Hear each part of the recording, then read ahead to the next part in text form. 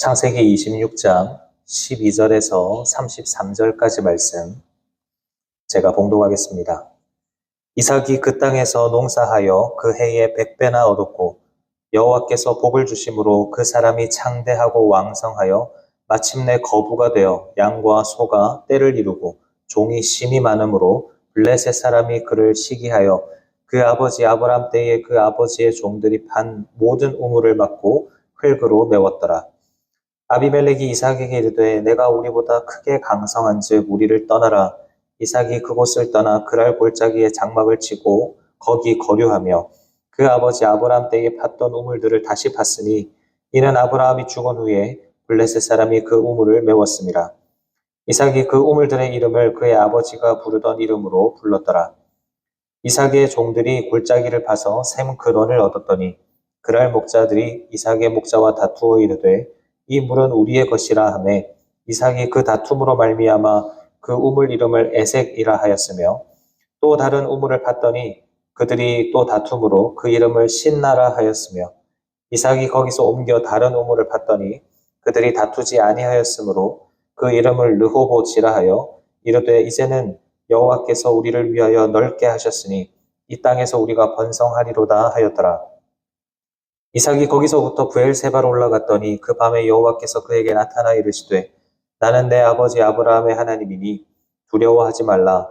내 종 아브라함을 위하여 내가 너와 함께 있어 내게 복을 주어 내 자손이 번성하게 하리라 하신지라. 이삭이 그곳에 제단을 쌓고 여호와 이름을 부르며 거기 장막을 쳤더니 이삭의 종들이 거기서도 우물을 팠더라.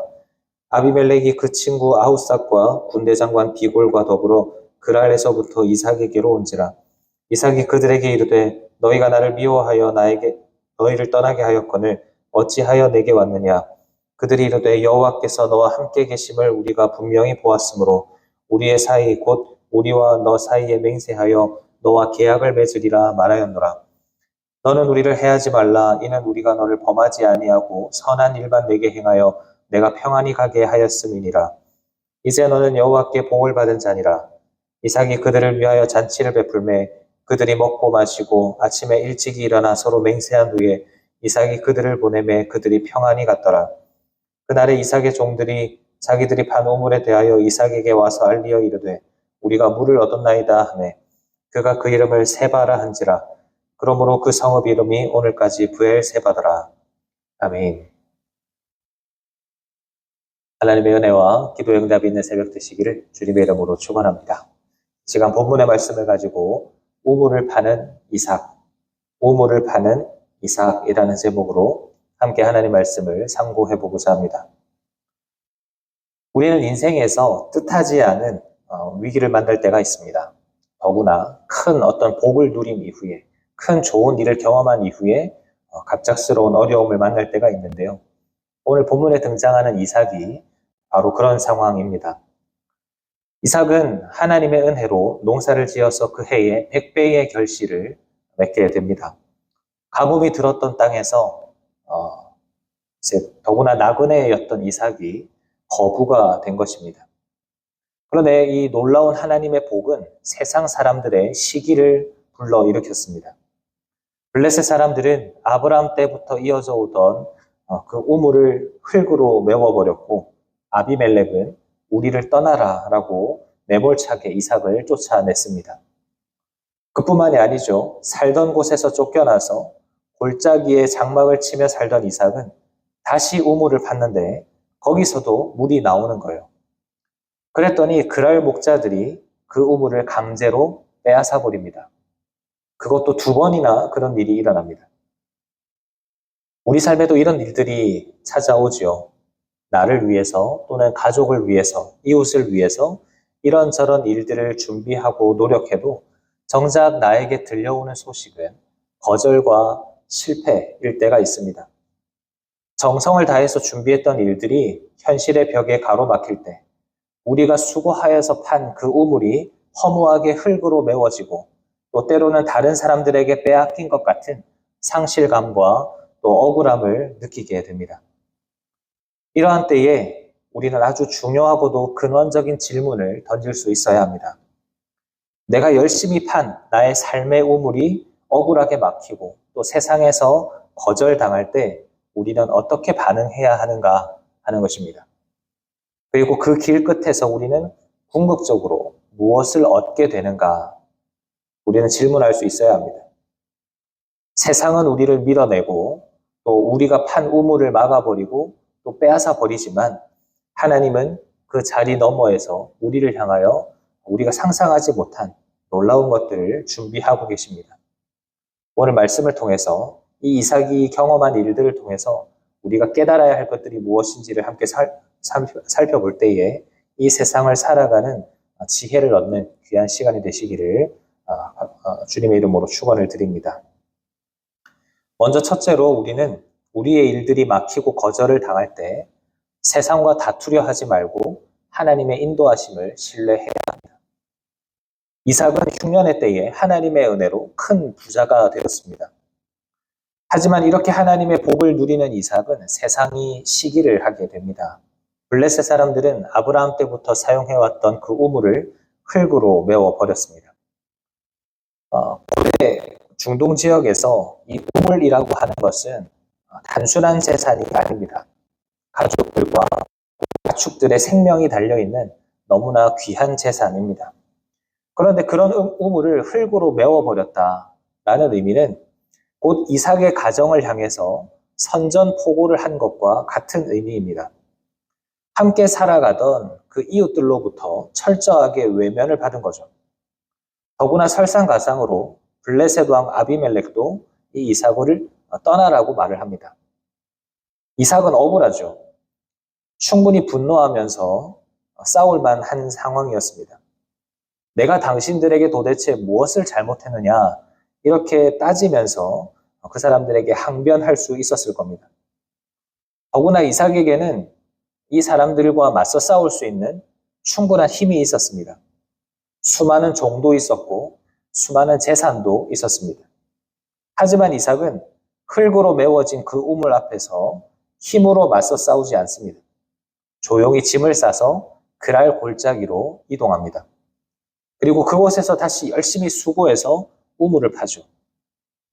놀랍게도 그곳에서도 맑은 물이 터져 나옵니다. 그런데 그곳에 살던 목자들이 나타나서 억지를 부리기 시작합니다. 이 물은 원래부터 우리의 물이었다라며 우물을 빼앗으려 합니다. 이삭은 어떻게 합니까? 마찬가지로 억울한 상황이죠. 자신의 모든 수고가 허사로 돌아가 버릴 그런 상황입니다. 그런데 그럼에도 불구하고 이삭은 싸우지 않습니다. 그 우물의 이름을 에색, 다툼이라는 의미의 우물로 이름을 짓고 이삭은 또 수고하여서 다른 곳으로 이동하여 우물을 또 파기 시작합니다.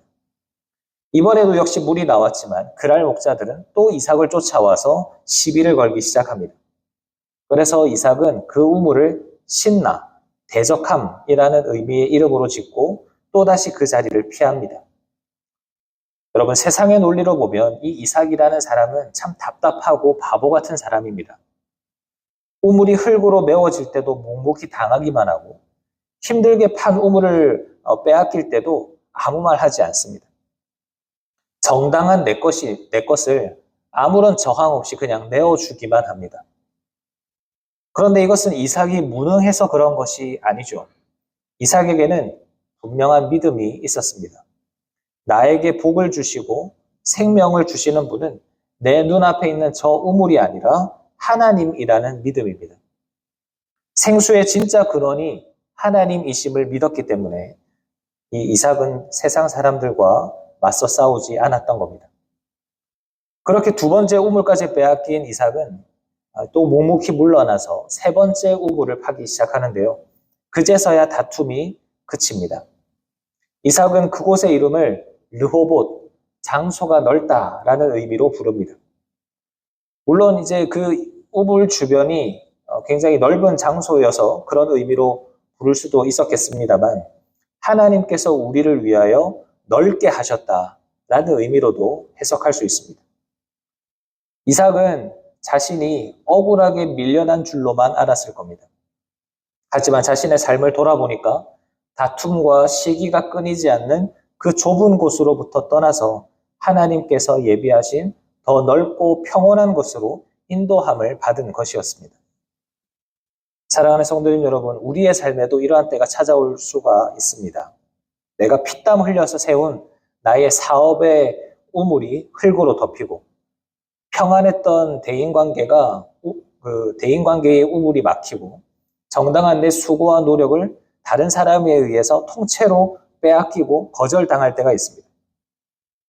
세상은 이럴 때 어떻게 우리에게 요구합니까? 억울하게 당하지 말고 맞서 싸우라 말합니다. 그게 맞는 것 같아 보여요. 하지만 성도는 어떻게 살아야 하는가? 막힌 우물 앞에서 세상과 맞서 싸우지 않는 사람이 성도입니다. 내 인생을 책임지시는 분이 하나님이시라는 것을 믿기에 내 힘으로 그것을 되찾아오려 하지 않습니다. 오히려 때로는 이러한 억울한 상황과 환경이 하나님의 세밀한 인도하심일 수 있는 것입니다. 나를 더 크고 더 넓은 공간인 르호보스로 이끄시기 위한 하나님의 뜻일 수 있다는 거죠. 막힌 우물을 두고 세상과 맞서 싸우느라 우리의 영혼이 다치기보다 오히려 나를 위하여 더 넓은 르호보스로 인도하시는 그 하나님 따라 오늘도 나를 맡기며 넉넉한 마음으로 양보하며 온유하게 인내하며 살아가는 우리가 되어지기를 주님의 이름으로 축원을 드립니다. 둘째로 우리의 일들이 막히고 거절을 당할 때 우리는 어떻게 해야 하는가? 참된 생수이신 성령의 충만함을 사모해야 합니다. 우리를 르호보스로 이끄시는 그 하나님을 의지해야 한다라고 해서 그렇다고 해서 우리가 아무것도 하지 않아도 된다라는 의미는 아닙니다. 이삭은 이 세상과 다투지 않고 물러나면서 가만히 있었던 게 아니죠. 끊임없이 우물을 팝니다. 그런데 이삭이 판 우물에 대해서 본문 18절은 아주 중요한 사실 하나를 덧붙이고 있는데요. 이삭이 새롭게 판 우물은 그냥 평범한 우물이 아니었습니다. 바로 그 아버지 아브라함 때에 팠던 우물이었습니다. 아브라함이 죽은 후에 블레셋 사람들이 메워버렸던 그 우물을 이삭이 다시 파낸 겁니다. 이 장면은 아주 중요한 영적인 의미를 담고 있습니다. 이삭은 아버지 아브라함의 유일한 상속자입니다. 그는 아버지의 유업인 우물을 물려받았습니다. 그리고 생명과도 같은 물을 자신의 신부와 가족들에게 마시게 합니다. 그런데 성경에서 이삭은 예수 그리스도를 예표하는 인물입니다. 예수님은 십자가에서 죽으시고 부활하셔서 하나님 아버지의 것을 상속받으셨습니다. 그리고 주님은 그 귀한 유업을 자신의 신부인 우리 교회에게 넘겨주십니다. 그렇다면 이 우물, 생수는 무엇을 의미합니까? 예수님께서 목마른 자는 다 내게로 와서 마시라 라고 말씀하실 때 성경은 이 생수가 성령님이라고 말합니다. 그러니까 이삭이 아버지의 우물을 다시 파서 가족들과 함께 그것을 마셨다라는 사실은 예수 그리스도께서 하나님 아버지의 유업인 성령님을 그 신부인 교회 가운데 충만하게 부어주셨다라는 것을 의미하는 사건인 거예요. 여러분, 블레셋 사람들은 아브라함의 우물을 흙으로 메워버렸습니다. 이것은 사단이 우리를 공격하는 방식과 매우 비슷합니다. 사단은 우리의 영적인 생명력을 막으려고 합니다. 그래서 세상의 염려와 두려움이라는 흙을 가지고 우리의 마음의 우물을 덮어버립니다. 영적인 생수를 마시지 못하도록 흙으로 덮어버리는 거죠.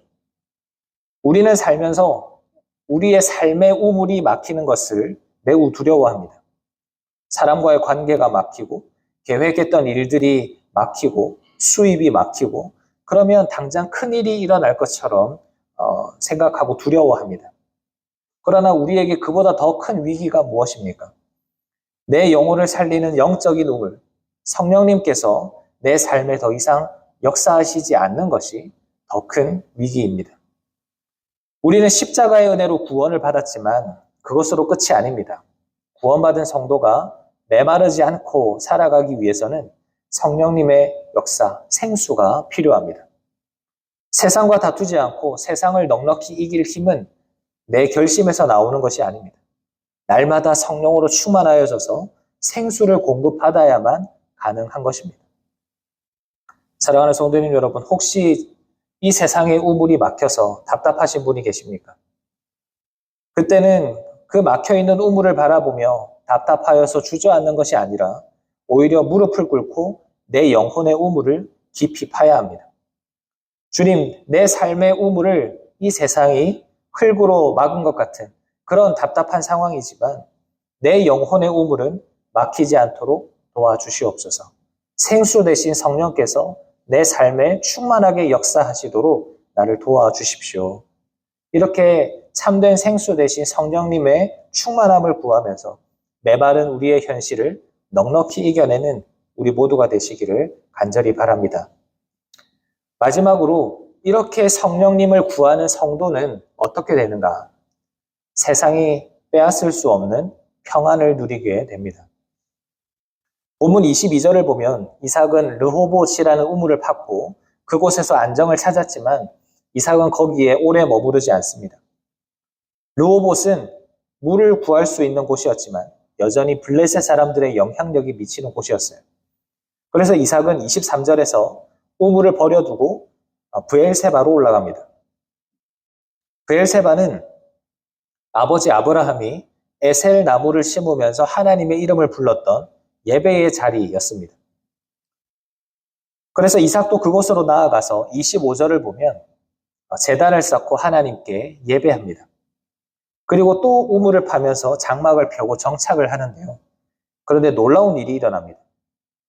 이삭을 매몰차게 내쫓았던 아비멜렉이 제발로 이삭을 찾아온 겁니다. 그리고는 28절을 보면 평화 조약을 맺자라고 간청합니다. 그 이유는 28절에 기록된 대로 여호와께서 이삭과 함께 계심을 보았기 때문입니다. 아비멜렉은 이삭의 재산이나 이삭의 군사력을 두려워한 것이 아닙니다. 억울하게 모든 것을 빼앗기고 쫓겨나면서도 분노하지 않는 이삭을 보았습니다. 세상과 다투지 않는 그 모습 속에서 아비멜렉은 살아계신 하나님과 또 그 하나님께서 이삭을 붙드시고 그에게 평안을 주시는 것을 본 것입니다. 여러분, 이 평안은 이삭이 스스로 긍정적인 마음을 가져서 만들어낸 것이 아닙니다. 그의 아버지 아브라함이 누렸던 영적인 유산을 이삭이 물려받은 거예요. 영적으로 이것은 매우 중요한 사실입니다.